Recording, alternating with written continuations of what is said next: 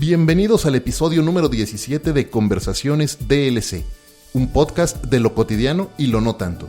Yo soy Efraín Mendicuti y como saben he abierto este espacio para conversar con algunos grandes líderes de pensamiento, de educación, de cultura, innovación y negocios en el mundo de habla hispana y compartir con ustedes cómo estas personas con su ejemplo, con su trabajo, con su experiencia, nos muestran el camino para que todos nosotros podamos hacer en nuestras vidas de lo cotidiano algo extraordinario.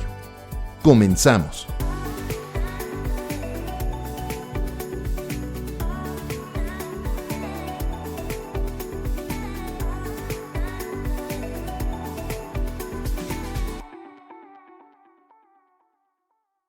Estoy seguro de que todos los que escuchan este podcast se han preguntado por lo menos una vez en el último año cuál es el sentido de propósito que tiene su trabajo. Después de todo, como dice Daniel Pink en su libro Drive, el propósito, junto con maestría y autonomía, es uno de los 3 más grandes motivadores humanos. Ahora, imagínense cuando el propósito de tu trabajo no nada más es servir a otros, sino ayudar a los más vulnerables a mejorar su vida también, y a otros a seguir innovando. Este es justo el trabajo que nuestro invitado hoy ha estado haciendo en los últimos años.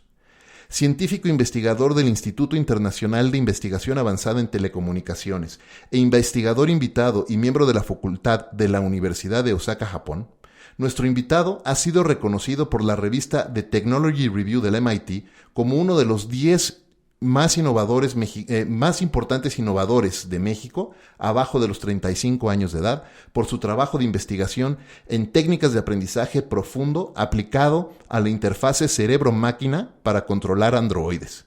Sí, escucharon bien, androides. Además, está colaborando con pacientes con parálisis motrices para mejorar los patrones cerebrales y ampliar las posibilidades de su interfaz en el manejo de sillas de ruedas y de brazos robóticos. Un trabajo que sin duda resulta extraordinario. Por si fuera poco, además es responsable de su propia empresa, Mirai Innovation, de la cual nos platicará un poco más adelante. Poseedor de un PhD en Cognitive Neuroscience Robotics, acompáñenme a recibir al doctor Cristian Peñalosa. Cristian, bienvenido y gracias por estar hoy en Conversaciones DLC. Efraín, muchas gracias por la invitación. Es un placer estar aquí y poder compartir con tu audiencia mi experiencia. Sabemos que estás de viaje, coincidió todo para que, cómo se dan las cosas, ¿no? Coincidió todo para podernos sentar a platicar ahora que estás aquí en México, porque tú radicas en Osaka. Así es, llevo 10 años ya viviendo en Japón y pues yo vengo pues de vez en cuando, ¿no? Realmente 2, 3 veces al año, dependiendo de las cosas que hagamos aquí en México, conferencias que damos en universidades o también cosas de la empresa, ¿verdad?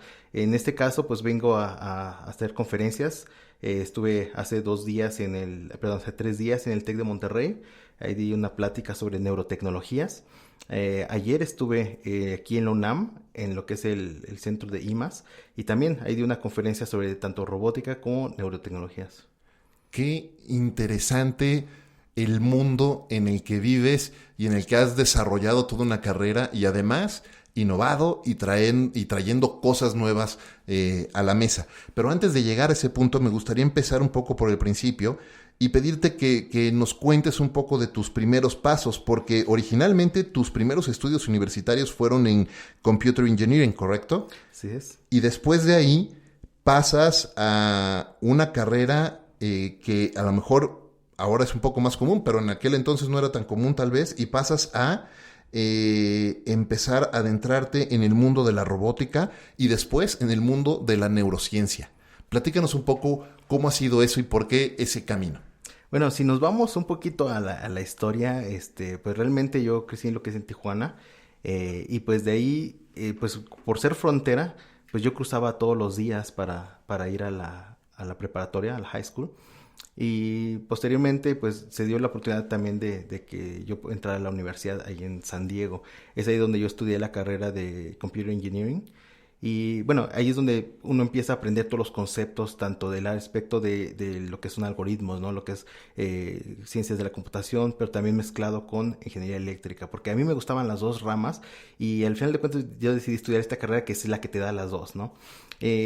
Por supuesto que varios de los proyectos que desarrolla ahí son pues como que los primeros pininos, ¿no? de robótica, ¿no? Incluso con robots de juguete.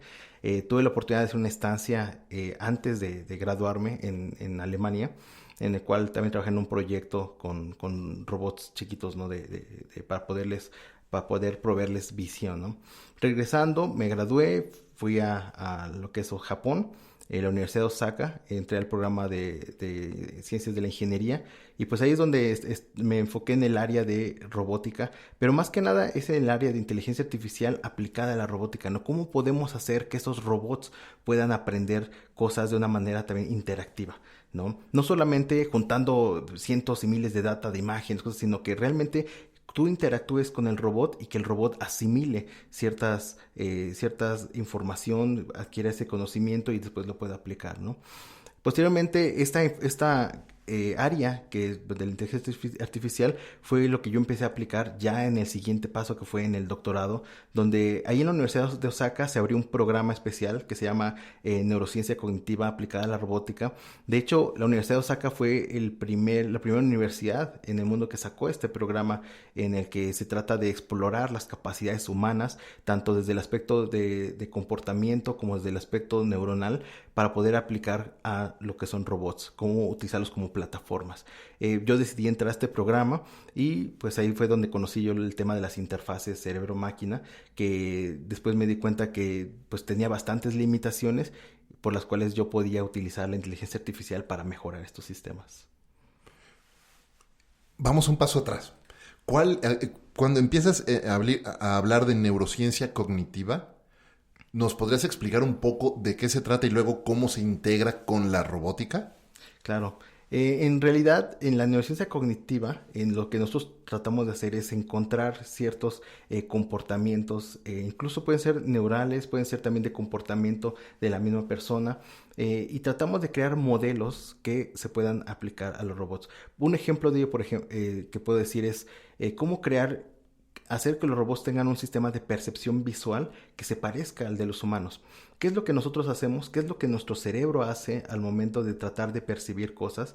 Pues nosotros identificamos características de color, de formas, de profundidad. Entonces estas características nosotros las modelamos y después las tratamos de hacer en algoritmos para que el robot pueda hacer cosas similares, pueda reconocer objetos en base a las mismas características que nuestro cerebro procesa. Básicamente que, si te entendí bien, que a través de una cámara puedan percibir como si fueran una persona. Así es. Esa es una de las aplicaciones, ¿no? Puede ser una cámara, puede ser un sistema de bocinas auditivo, puede ser un sistema de conversación, o incluso a lo que yo ya me metí un poco más a fondo fue cómo procesar directamente ya la información del cerebro para que los robots puedan incluso actuar, que son las interfaces cerebro-máquina. Wow. Me has dejado sin palabras. Es súper interesante. Ahora, una de las cosas que estaba... Cuando pensamos en eso y pensamos en robótica, es para los que no estamos tan involucrados en ese mundo, es difícil no imaginarse o recordar los libros de Isaac Asimov, ¿no? Por ejemplo, claro. o pensar en distintas películas o novelas de ciencia ficción, pero realmente este es un trabajo hoy que existe, que no es ficción y que está teniendo avances muy rápidos. Bastante rápidos. En lo que está sucediendo hoy día, ¿no? Y sirviendo hace rato en la introducción decíamos, sirviendo a muchas personas que a la vez tal vez son algunos de los más vulnerables de la sociedad, ¿no? Personas que están viviendo con algún padecimiento o algún tipo de parálisis motriz. ¿Cómo está ese trabajo ayudando a estas personas? Sí, bueno, definitivamente, en particular este tema de las interfaces, quizás lo podamos explicar antes, ¿no? Para que podamos saber el contexto de cómo puede ayudar a las personas, ¿no? Somos todo oídos, así es que adelante. En realidad, bueno, las interfaces, ¿qué es lo que hacemos? Nosotros colocamos ciertos electrodos, ciertos sensores en lo que es la cabeza, el cuero cabelludo, para poder detectar lo que son las activaciones del cerebro, ¿no? Digo, nuestro cerebro se activa y ¿qué son esas activaciones? Pues es el conjunto de todas estas comunidades de neuronas que están disparando al mismo tiempo y entonces nosotros detectamos esos voltajes, ¿no? De esa electricidad, por así decirlo, ¿no? Ujú. Y medimos cuándo es cuando se prenden y se apagan esas ciertas partes del cerebro. Y entonces cuando una persona, por ejemplo, mueve un brazo, el cerebro se activa en cierta región a cierta frecuencia. Pero también cuando la persona no mueve el brazo, pero solamente se imagina, el cerebro actúa de una forma muy similar. Entonces, La misma región del cerebro se la enciende misma región. con la misma Sí, frecuencia sí. también de... Bueno, frecuencias muy similares y muchas veces puede variar dependiendo de la persona, porque digo, todos somos personas, todos somos diferentes, tenemos cerebros diferentes, los dobleces incluso son diferentes densidades. Entonces, pues las señales también pueden variar, pero al final de cuentas los sistemas que se hacen es de que adquieren estas señales y pueden reconocer los patrones generados por estos pensamientos, ¿no? Estos sistemas pues ya son algoritmos de inteligencia artificial entrenados primero para reconocer estos patrones y después, ya que estén entrenados, ahora sí, cuando la persona piensa que quiere mover el brazo sin que mueva nada, es que el sistema lo reconoce y traduce eso al movimiento de lo que nosotros le queramos asignar. Puede ser que se vaya la silla robótica hacia la izquierda, hacia la derecha, que mueva un brazo robótico, que mueva el mouse de una computadora. Solamente con el pensamiento. Solamente con el pensamiento, ¿no? Está fabuloso. Hay varias modalidades. Algunos otros sistemas son en base a lo que son estímulos visuales. La persona no se concentra, sino que en pensar, en imaginarse el movimiento, sino solamente al ver estímulos en una pantalla, como flashes, es que puede reconocer también pues ciertos patrones, ¿no? Hay diversas modalidades, pero pues creo que esa es la más fácil de entender. Qué increíble. De verdad que pensar que todo eso está sucediendo hoy día y que hay gente que puede mejorar. Porque además quiero pensar, y por ahí leí en algunas de las entrevistas que te habían hecho en algunos distintos periódicos y revistas, y por ahí recuerdo a alguien que mencionaba que un cambio tan sencillo como poder mover la silla de una forma o encender la luz Así es. les cambia la vida por completo. Algo que a lo mejor las personas que por fortuna gozamos de toda salud, pues nos parece sin importancia, pero es enorme ese cambio. Sí, de hecho, digo, el primer pues sector de la población que se puede beneficiar de este tipo de tecnología son personas con cierta discapacidad motriz que no pueden mover su cuerpo, pero que están intactas cognitivamente. Personas como lo que le llaman el síndrome del encerrado, locked-in syndrome, que pues ellos están totalmente conscientes, ¿no? Estilo Stephen Hawking, Uh-huh. y que no pueden mover su cuerpo. Se les pueden conectar estas interfaces para que puedan ellos ahora sí controlar cosas con la mente, ¿no? Me imagino que además de este trabajo que beneficia a este sector muy en particular, empiezas a tener muchísimas aplicaciones ya en distintas industrias, ¿no? El simple hecho de casi una persona pueda tener 4 brazos o un tercer brazo y hacer otras cosas a la vez, o no sé, en la industria de, no sé si estoy pensando como los supersónicos, pero en la industria, no sé, de mensajería, por ejemplo, ¿no? Reforzar a las personas que puedan cargar más, o no sé. Claro. No, de hecho, ese es el siguiente enfoque yo que le di a mi investigación. Originalmente empecé a hacer lo que son investigación en las áreas de las interfaces para, pues sí, para este tipo de aplicaciones de asistencia para personas con discapacidad. Sin embargo, pues yo empecé a meditar, dijo, bueno, pero realmente una persona que no tenga estas discapacidades, pues realmente no necesita esta interfase, ¿no? Entonces, pues me puse a pensar cómo poder hacer que personas normales, o sea, que no tenemos esta necesidad, podamos beneficiarnos también de esta tecnología. Entonces la respuesta es, bueno, quizás si esa tecnología te da la posibilidad de aumentar tus capacidades, entonces quizás ahora sí ya la puedas empezar a considerar para utilizar.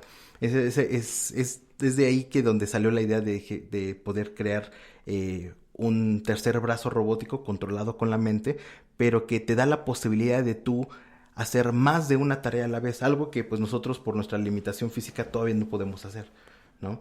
Ajá. Entonces, esta investigación se trató precisamente de que una persona pueda hacer una actividad, en este caso, balancear una pelota en una bandeja, y después, con un tercer brazo, cuando nosotros le damos el objeto, la persona solamente pensando puede agarrar el objeto al mismo tiempo, ¿no? Entonces, ahí estamos, pues prácticamente aumentando las capacidades físicas de la persona. Sin embargo, hay algo muy interesante al respecto. El trasfondo del asunto no es solamente un brazo. Digo, claro, hay muchas aplicaciones que podemos pensar en que si las personas pueden tener un tercer brazo, ¿no? Quizás trabajadores en la construcción o incluso astronautas que están haciendo caminata espacial, ¿no? Que puedan utilizar un tercer brazo para agarrar herramientas. O sea, sí hay muchas aplicaciones que podríamos pensar o imaginar, pero el trasfondo de esta investigación no es precisamente el brazo, es el hecho de que desarrollamos una interfase cerebro-máquina que puede ser utilizada al mismo tiempo de que tú realizas otra acción. Es el hecho que te da la posibilidad de tú controlar un dispositivo. Puede ser el brazo robótico, puede ser prender la televisión, puede ser lo que tú quieras mientras tú estás en una actividad. Oye, me encanta porque cambia las reglas totalmente del juego. Ahora, déjame salirme un poco de la robótica y hacerte otra pregunta un poco más hacia lo cognitivo y hacia la neurociencia.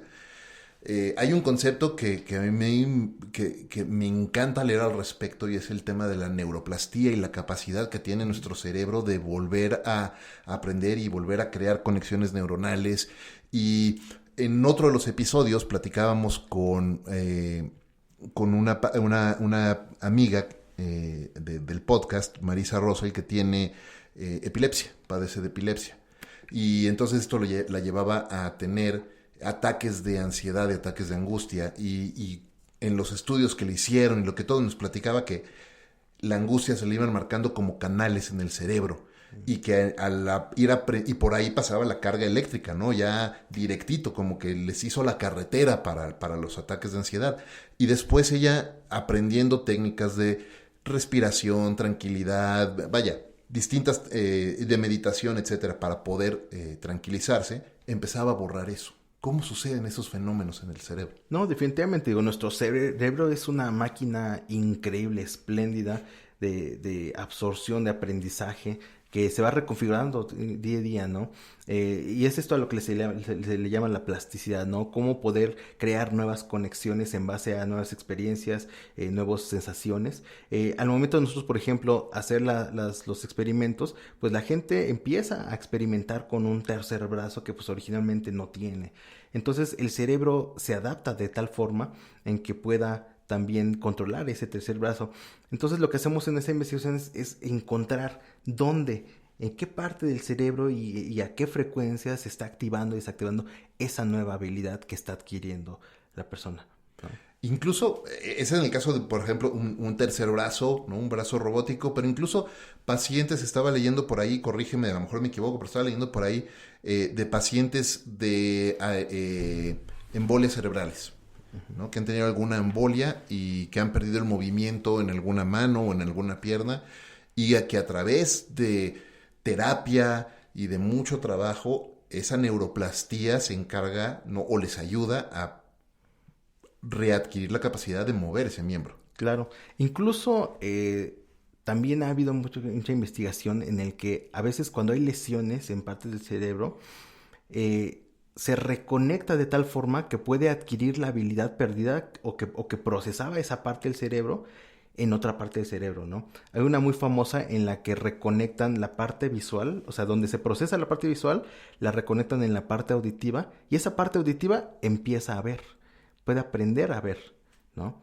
Entonces, digo, ya estamos hablando de que el cerebro, pues, realmente es espléndido, ¿no? Realmente, pues, nos da la posibilidad de tanto aprender e incluso hasta de olvidar, ¿no? Oye, ¿cómo? Entonces, si te entendí bien, como esa reconexión que hace es un poco como las bifurcaciones que hace el corazón, que de repente tienen venas tapadas y generan como otra como venita y hacen como un bypass natural. ¿Es algo similar? Sí, de hecho, se llaman reconexiones como rewiring, ¿no? Hay incluso hay varios experimentos muy famosos, ¿no? Pero yo creo que el más famoso es ese, ¿no? De cómo conectar el cerebro y puede generar este nuevo procesamiento para poder adquirir la habilidad que perdió la otra parte del cerebro que se encargaba de eso, ¿no? ¿Cómo cuidamos nuestro cerebro, Cristian? O sea, es decir, todos pensamos en que tenemos que comer bien porque hay que cuidarnos y hay que cuidar el corazón, ¿no? Para que siga funcionando muy bien. Hay que cuidar las arterias para que no se nos llenen y no se nos tapen y con colesterol, etcétera. Hay que cuidarnos del estómago, hay que cuidarnos y hacer ejercicio y ejercicio aeróbico. Pero realmente, de hecho, el ejercicio aeróbico es un gran ejercicio para el cerebro, ¿correcto? Claro. ¿Cómo podemos cuidar nuestro cerebro? No, claro, definitivamente todo está conectado, ¿no? O sea, cuando nosotros hacemos ejercicio, pues tenemos mucha oxigenación, la cual es vital, ¿no? Para el cerebro. Pero creo que lo podemos, pues, poner como analogía, ¿no? Que también es un músculo que se tiene que ejercitar. Y la forma de ejercitar es precisamente ponerlo a trabajar, ¿no? Tratar de siempre estar activo mentalmente, bueno, cuando se tiene que ser activo, pero también te tiene que descansar, ¿no? Tienes que dormir bien también, pero tienes que trabajar bien también, ¿no? Entonces, leer mucho, por ejemplo, ¿no? Tratar de que siempre tengas esta actividad cerebral, ¿no? No dejar que estés todo el tiempo pues sin hacer nada, sin pensar nada, ¿no? Porque pues de alguna forma también se va atrofiando ese músculo, por así decirlo, ¿no? Claro. Oye, qué importante, ¿verdad? Dicen por ahí una frase que me gusta mucho es uno nunca debe de dejar de aprender porque cuando dejas de aprender dejas de crecer y cuando dejas de crecer empiezas a morir. Claro. ¿No? Entonces sí, definitivamente creo que ese espíritu de eterno estudiante y de estar estudiando y nutriéndote y rodeándote de todo lo que te nutre es súper importante. Sí, siempre querer aprender, ¿no? Siempre tratar de absorber y experimentar cosas nuevas. Yo creo que tratar de salir de la rutina, tratar de hacer cosas fuera de lo común, tratar de tener siempre esa perspicacia en el cerebro, ¿no? Para poder mantenerlo vivo. Claro, es súper, ahorita que mencionabas eso, estar aprendiendo por ejemplo, mi esposa le da por escribir, ella es derecha, pero desde hace tiempo le ha dado por escribir por la izquierda, por reentrenar a su cerebro, precisamente hablando de la neuroplastía, y se pone a hacer cosas con la otra mano, y ahora ya escribe perfecto, con la otra mano, ¿no? Y todo el tiempo está buscando cosas tan sencillas como si eres derecho y te lavas los dientes con la mano derecha todos los días, bueno, cambia y hazlo con la mano izquierda y vas haciendo otras cosas. Por ejemplo, algo que pareciera no tan relacionado, pero lo es el baile, ¿no? El baile que estás haciendo, pues tanto tienes la coordinación de la música como la coordinación de los pies, como la interacción con la persona y todo eso mezclado y luego memorizado. Entonces realmente es un gran ejercicio, ¿no? Digo, llega al tal punto en que pues se vuelve, ya lo absorbe de tal forma que ya lo haces de manera natural, pero el proceso del aprendizaje yo creo que es vital y es un muy buen ejercicio mental. Wow. Muy bien, muy bien. Oye, me gustaría platicar un poco más sobre tu camino, ¿no? Hablando de aprendizaje, sobre tus aprendizajes y tu camino, porque ves, tu recorrido, hoy radicas en Japón, eres miembro de la facultad de la Universidad de Osaka, llevas ya, nos decías, allá 10 años. Y seguramente el camino y llegar a todo el trabajo que has hecho hoy no ha sido sencillo y has seguramente enfrentado algunos retos. ¿Cómo ha sido el camino de Cristian? ¿Qué has aprendido? ¿Cuáles han sido como los grandes retos, las grandes decepciones y también los grandes logros? Bueno, claro, ha sido una trayectoria larga, ¿no? Y de alguna forma complicada con ciertos obstáculos.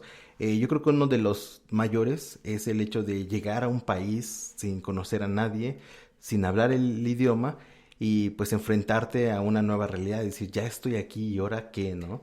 Llegar literalmente con 2 maletas, llegas a la estación, volteas a ver todo el mundo, tiene objetivos y tú no sabes ni dónde ir, ¿no? Es el hecho de, pues sí, enfrentarse a situaciones externas, ¿no? Yo cuando llegué a Osaka, en este caso, pues sí, sentí cierta depresión al principio. Digo, pues te alejas de tu familia, te alejas de tu país, de tu comida, de tus amigos, de todo, ¿no? Y empiezas ahora sí que a abrir brecha de cero, ¿no? Uh-huh. Posteriormente, pues uno se tiene que ¿cómo se dice? Poner esas metas específicas. En mi caso era el hecho de que decir, bueno, ya estoy aquí y si yo vine, pues es hacer todo lo mejor que yo pueda hacer para salir adelante y dejar la huella que yo siempre he querido dejar, ¿no? Es por eso que pues ahora sí que ahí empezamos a estudiar, después posteriormente y ahorita ya a trabajar. Una cosa que estaba leyendo sobre ti y que me parece también muy admirable es que por si no fuera suficiente todo el trabajo que has estado haciendo, además estás hoy, eres un gran promotor de México y estás hoy presidiendo el capítulo de Red Global MX allá en Japón. Así es. ¿De qué se trata la Red Global MX y cuál es el trabajo que estás haciendo como presidente de este capítulo allá? Sí, bueno, la Red Global MX es una iniciativa del Instituto de Mexicanos en el Exterior, que es de la Secretaría de Relaciones Exteriores, en la que se tienen lo que se le denominan capítulos, que son asociaciones de profesionistas mexicanos en el exterior. Actualmente hay más de 52 capítulos en todo el mundo. En Estados Unidos es donde hay más capítulos, y en Japón tenemos también nuestro propio capítulo, ¿no? Yo soy actualmente el presidente, en donde pues se identifican pues todos estos profesionistas que están en institutos de investigación, en empresas grandes, y el objetivo es tratar de vincular todo ese conocimiento que ellos tienen para que puedan aportar a proyectos de alto impacto aquí en México, o puedan transferir su conocimiento, puedan incluso ellos fungir como embajadores de mexicanos que van desde aquí de varios estados allá en Japón o en los países en los que están. Tenemos proyectos en diferentes sectores estratégicos, tanto en el área de la tecnología, ciencia, como en el área del emprendedurismo, de la cultura, incluso también de lo que es el ¿cómo le llaman? Social responsibility, responsabilidad social, ¿no? Hay varios proyectos al respecto. Uno de los más recientes que la verdad me da mucho orgullo compartirles es el hecho de que organizamos, por ejemplo, un seminario en línea donde varios investigadores mexicanos nos reunimos, todos ellos enfocados en el área de la robótica, y dimos un seminario aquí en México, pero se conectaron alrededor de 30 universidades en todo México que asignaron unos auditorios y aulas en sus respectivas universidades para nosotros poder compartirles todo lo que estamos haciendo. Cada investigador desde su ciudad. Sí, nosotros en Japón estábamos en diferentes ciudades. Yo estaba en Osaka, uno estaba en Tokio, otro estaban en Fukuoka, en diferentes áreas. Todos nos conectamos en línea. Y en lo que es en México también, todas las universidades desde Tijuana hasta Cancún, pasando por México, el TEC de Monterrey, la UNAM, se conectaron todos, y ellos pues ya tenían las aulas asignadas con la gente, ¿no? Se le dio pues su difusión previa. Qué orgulloso te debes de sentir, y me imagino que en ese momento, al ver a todos estos investigadores connacionales tuyos, todos mexicanos, todos viviendo en Japón, viviendo en el extranjero, compartiendo su experiencia y su conocimiento con estudiantes mexicanos en todo el país, quiero pensar que debe haber sido un momento de muchísimo orgullo. Sí, la verdad es que se siente muy padre, y el hecho también de que pues nos manden mensajes que les gustó mucho nuestro trabajo, nos felicitan y que pues quieren seguir en vinculación, y ese es el objetivo, ¿no? Tratar de abrir puertas, tratar de decir, bueno, estamos acá, pero tú también puedes estar. Tú también tienes las mismas capacidades, y solo es cuestión de que te fijes los objetivos, y nosotros te vamos a poder apoyar porque pues de alguna forma ya sabemos el camino. ¿Cómo aprende uno a ser generoso con su trabajo, con su tiempo, y a crear nuevas oportunidades para los demás? Porque eso es generosidad real. Y te pregunto esto porque dentro de tu historia hay algo que se ha tratado en otros momentos, platicábamos antes fuera de micrófonos de algunas otras entrevistas. Tú tuviste retos y tuviste momentos en los que pues te cerraron la puerta, ¿no? Con ACID, y encontraste esas oportunidades fuera de México, y ahora regresas a abrirle oportunidades a estos jóvenes. ¿Cómo Bueno, uno aprende a ser generoso? no sé si sea cuestión de aprendizaje. La verdad es que a mí me da mucho gusto el hecho de que se pueda reconocer mi trabajo y el hecho de que yo poder brindar esas oportunidades. Yo siento que México es un país con un gran potencial de desarrollo y lo que nos hace falta es precisamente eso, desarrollarlo, ¿no? Y la forma de poderlo hacer es transferir lo que, al menos desde mi perspectiva, lo que yo he hecho en Japón con lo que he creado de infraestructura, tanto científica como de networking en Japón, poderlo traer aquí a México y que pues también se beneficien tanto investigadores como las siguientes generaciones, ¿no? Yo creo que es algo que a mí pues, en particular sí me da. Y además es algo que estás ahora haciendo de forma mucho más dedicada a través de tu emprendimiento de Mirai Innovation, con este trabajo que estás haciendo promoviendo innovación y promoviendo el talento mexicano. Platícanos un poco más de eso, por favor. Sí, bueno, Mirai Innovation realmente, pues, como comentamos, es una empresa que establecimos aquí en México, en Tijuana en particular. Nos enfocamos en el área de tecnologías emergentes, ¿no? Como lo que es la inteligencia artificial, realidad aumentada, neurotecnologías. Y claro, trabajamos con investigación, trabajamos con proyectos, pero ahora estamos creando un nuevo programa. Eso ya es en el centro que estamos desarrollando aquí en Osaka, ¿no? Es un centro de investigación en el cual vamos a llevar a personas de México y también de otros países para que puedan ellos estar por 3 meses en Japón y puedan tomar seminarios técnicos de profesores que están ellos en varias universidades japonesas, de hecho son japoneses, toman estos seminarios técnicos de las nuevas tecnologías emergentes, pero también participan en un proyecto en el cual ellos desarrollan tecnología o proponen un proyecto, una solución innovadora para empresas, en este caso en Japón, que ellos nos dan lo que son los challenges, ¿no? Nos dicen, tenemos esta problemática, ¿qué solución ustedes pueden proponer para solucionar esto que estamos teniendo problema, ¿no? Son empresas que están en diferentes áreas, ¿no? Tanto en arquitectura como en logística, en ingeniería química, en finanzas, o sea, no necesariamente tecnológicas, sino son las que están colaborando con nosotros. Claro, porque la innovación tiene lugar en En todo. absolutamente todos los aspectos de la vida. Así ¿No? es. Qué increíble trabajo, felicidades. Gracias. Qué increíble está eso. ¿Cómo los estudiantes, cómo estudiantes acá en México pueden aplicar a ese programa o cómo lo seleccionan? Bueno, curiosamente este programa, oficialmente lo que es el lanzamiento oficial internacional lo vamos a tener el 20 de mayo, pero pues yo vengo a México y aquí en las universidades en las que estoy dando conferencias, pues estoy dando ya la información para pues de alguna forma poder contribuir Estás haciendo tu campaña teaser, diríamos en publicidad. no, más que nada estoy dando esa prioridad, ¿no? De aplicación. Estamos esperando que, como se va a lanzar una campaña grande, pues estamos esperando que gente de muchos países también apliquen a este programa, pero pues yo ahorita lo estoy anunciando primero aquí en México. Muy bien, muy bien. Oye, ahora mencionabas, ¿no? Van estos estudiantes, van a moverse 3 meses allá a Japón. Tú llevas 10 años viviendo, ¿los 10 años en Osaka? Los 10 años se nos sacan.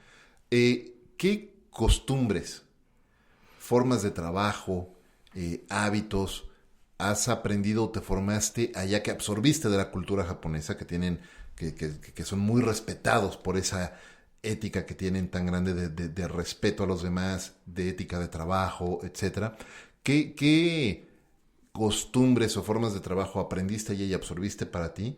¿Y cuáles conservaste de acá, de México, y cómo las combinas? Pero debe ser súper interesante, debe ser un cultural clash Claro. interesantísimo. Bueno, pues como sabemos, los japoneses son bastante dedicados, bastante disciplinados, bastante puntuales. Y yo creo que son aspectos que la verdad son sorprendentes porque eso hace que las cosas funcionen allá, ¿no? El hecho de que los trenes sean extremadamente puntuales al grado de que sabes que va a llegar a las 12:57, no 56, no 58, 57, ¿no?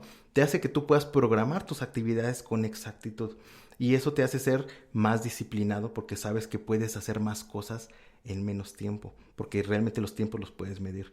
Entonces, una de las cosas que yo aprendí es cómo manejar esto, el tiempo. Y eso es precisamente lo que a mí me permite tener diversas actividades. El tiempo para trabajar, el tiempo para ir al gimnasio, el tiempo para salir con amigos, el tiempo para estar en conjunto con la familia. Entonces, todo esto es lo que pues, de alguna forma hace que tú puedas optimizar ahora sí que tus actividades allá en Japón.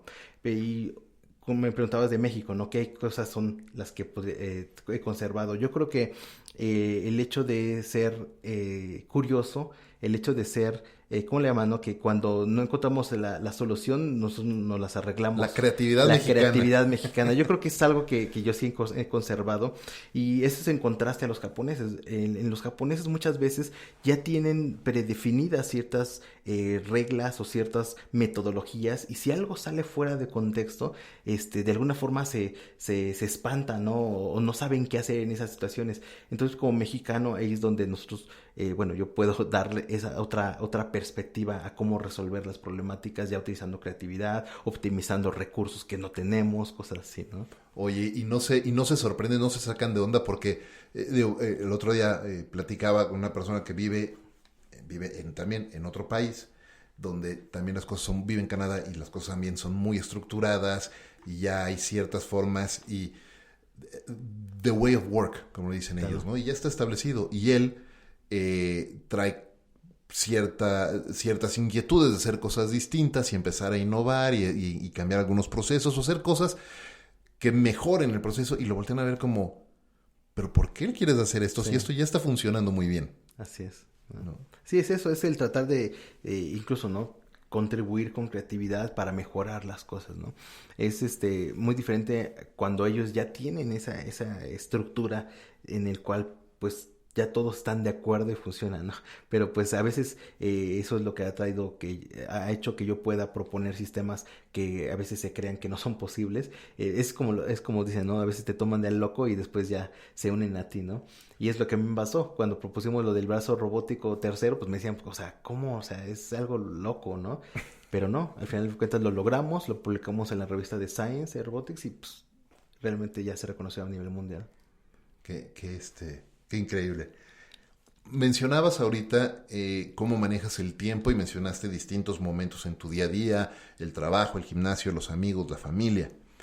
¿Qué hábitos y qué hábitos has desarrollado tú a lo largo de estos años para no nada más administrar tu tiempo, sino administrar también tu energía? Por ahí está el The Energy Project de Tony Schwartz, donde habla de los 4 niveles de energía, ¿no? Y habla de la energía física, la energía mental, la energía emocional y la energía espiritual, ¿no? Que no la tiene que ver con religión, sino más bien con estar alineado a tus principios y a tus valores. Y lo que habla es, empieza a hacer toda esta investigación porque dice, el tiempo es el único recurso que no podemos volver a generar, o de los pocos que no podemos volver a generar, ¿no? La energía sí. Entonces uno necesita desarrollar hábitos que te permitan mantener un balance entre todos esos 4 niveles de energía y poder aprovechar ese tiempo. Sí, yo creo que uno de los aspectos más importantes es que considerar que lo más valioso que tenemos pues es nuestra vida, y cómo conservar nuestra vida pues con nuestro cuerpo, ¿no? Tener un cuerpo saludable y realmente tener los hábitos necesarios para poder conservar el cuerpo de una manera óptima, y que pues siempre el cuerpo con mente es lo que conlleva a nosotros poder realmente salir adelante, ¿no? Entonces, siempre, puede haber muchos hábitos que podría mencionar, pero quizás el hecho de mantenerte saludable, ¿no? Quizás hacer ejercicio, leer mucho, ¿no? Para mantenerte activo, estar siempre en interacción, en comunicación, no aislarte, es muy importante, ¿no? Porque siempre somos nosotros, pues, por esencia, somos seres que estamos en constante comunicación con las personas, entonces eso también lo tenemos de tomar en cuenta. Claro, ¿no? Somos seres sociales, bueno, eso es la condición que nos ha permitido ser la especie dominante, ¿no? Así porque de otra forma pues, somos los más débiles. Exactamente. ¿no? Cuando lo piensas en versus todas las otras especies, pues sí, la especie humana es la más débil. Hemos sobrevivido, hemos sido la dominante porque somos seres sociales que trabajamos en sociedad y en grupos y antes, si alguien se aislaba del grupo, pues quedaba a merced de los depredadores. Claro. Sí, definitivamente, ¿no? Ese es el hecho de cómo, pues, tener ese balance, ¿no? Tener ese balance de tanto de salud, ¿no? Como de tener también la parte emocional, la parte de interacción, la parte social, ¿no? Incluso yo siento que es muy importante también tener esos descansos, ¿no? No solamente dedicarlo al trabajo, sino también esa parte de social, también es importante. Yo, por ejemplo, a mis estudiantes o la gente que yo llevo, yo les digo, ¿sabes qué? Visita Japón, trabaja, pero también vive, también sal a restaurantes, sal a conocer, con amigos, ¿no? Entonces es importante tener siempre ese balance. Y mencionabas hace rato también dormir. Dormir, claro, ¿no? Es muy, muy importante. Digo, también es una actividad esencial también para nuestro cerebro, para que se resete, bueno, entre comillas, ¿no? Y es la forma en que también nosotros podemos tener una salud mental óptima. De repente, no de repente, mejor dicho, en últimos años, en años más recientes, ha tomado mucho mayor relevancia el concepto de dormir lo suficiente, porque como que hubo algunas, tal vez en la década de los 90s, en la década de los 2000s, en la de los 80s, este equivocadísimo concepto de yo pues, dormiré cuando me muera, ¿no? Y descansaré cuando me muera, y yo tengo que trabajar, y estaba el concepto de ser muy orgullosos de dormir poco. Y eso va totalmente en detrimento de nuestro organismo y en total detrimento de nuestro cerebro. Claro. ¿Qué es lo que sucede, Aníbal? Regresando un poco a los procesos cognitivos, ¿qué es lo que sucede cuando estás durmiendo y estás descansando? ¿Cómo es ese reset que decías? Sí, ¿no? Bueno, hay varios procesos cognitivos en los cuales el cerebro de alguna forma se descansa, ¿no? Se desactiva, ¿no? Pero incluso cuando no pasa eso, hay investigación relacionada en la que pues han descubierto que personas incluso hasta pueden morir, ¿no? Porque por no darle ese descanso al cerebro. Entonces es algo fundamental también que tenemos. Digo, no todo el tiempo tenemos la oportunidad de siempre dormir las 8 horas, ¿no? Pero al menos 6, 7, ¿no? O sea, es fundamental, ¿no? Menos de 5 ya es... Te puede afectar muchísimo, ¿no? Sí, si lo pones como rutina, sí. Sí, claro.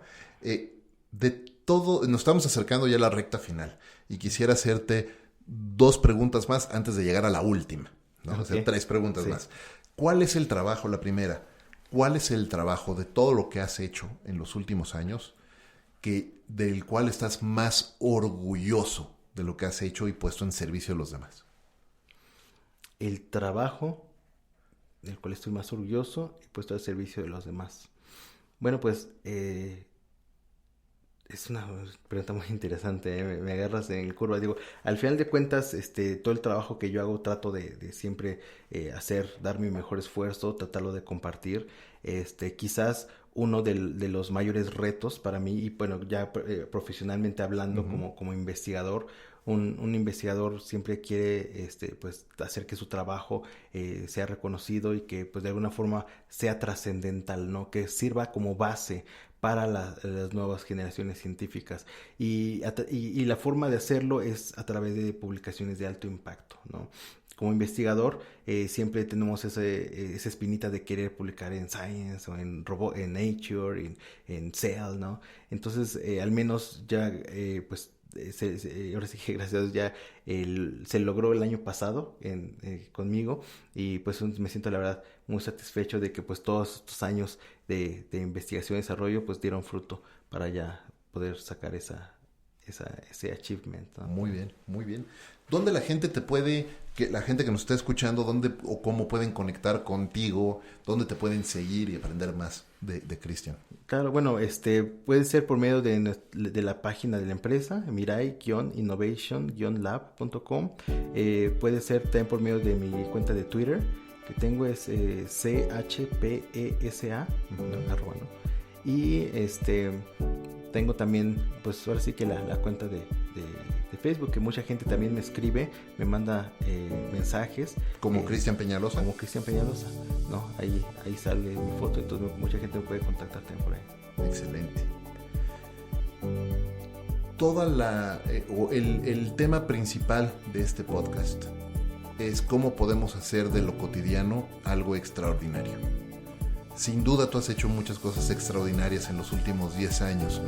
¿Qué es para ti, para Cristian Peñalosa, hoy, hacer de lo cotidiano algo extraordinario? Lo esencial es dar todo para que realmente dejes una huella, sea trascendental y no se olvide, ¿no? Es hacer que eso que tú haces el día a día realmente tenga un significado trascendental y que le sirva a otras personas, y que las otras personas lo utilicen incluso de inspiración para ellos hacer de su día a día algo trascendental, ¿no? Muy bien, muchísimas gracias, Cristian.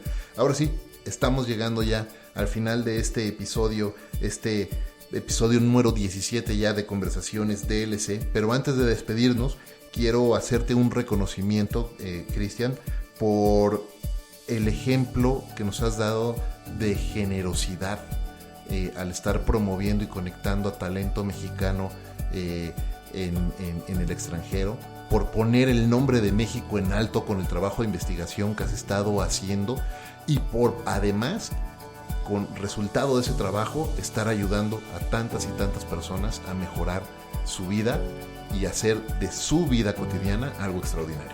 De verdad, muchas gracias y muchas felicidades. Muchas gracias. Muchas gracias a todos ustedes también por acompañarnos en este episodio de Conversaciones DLC. Gracias como siempre a Balance 22 por abrirnos las puertas para grabar estos episodios, y gracias como siempre a Ricolto Café por acompañarme en esta aventura de vida. Yo soy Efraín Mendicuti, esto es Conversaciones DLC y los espero en el próximo episodio. Hasta la próxima.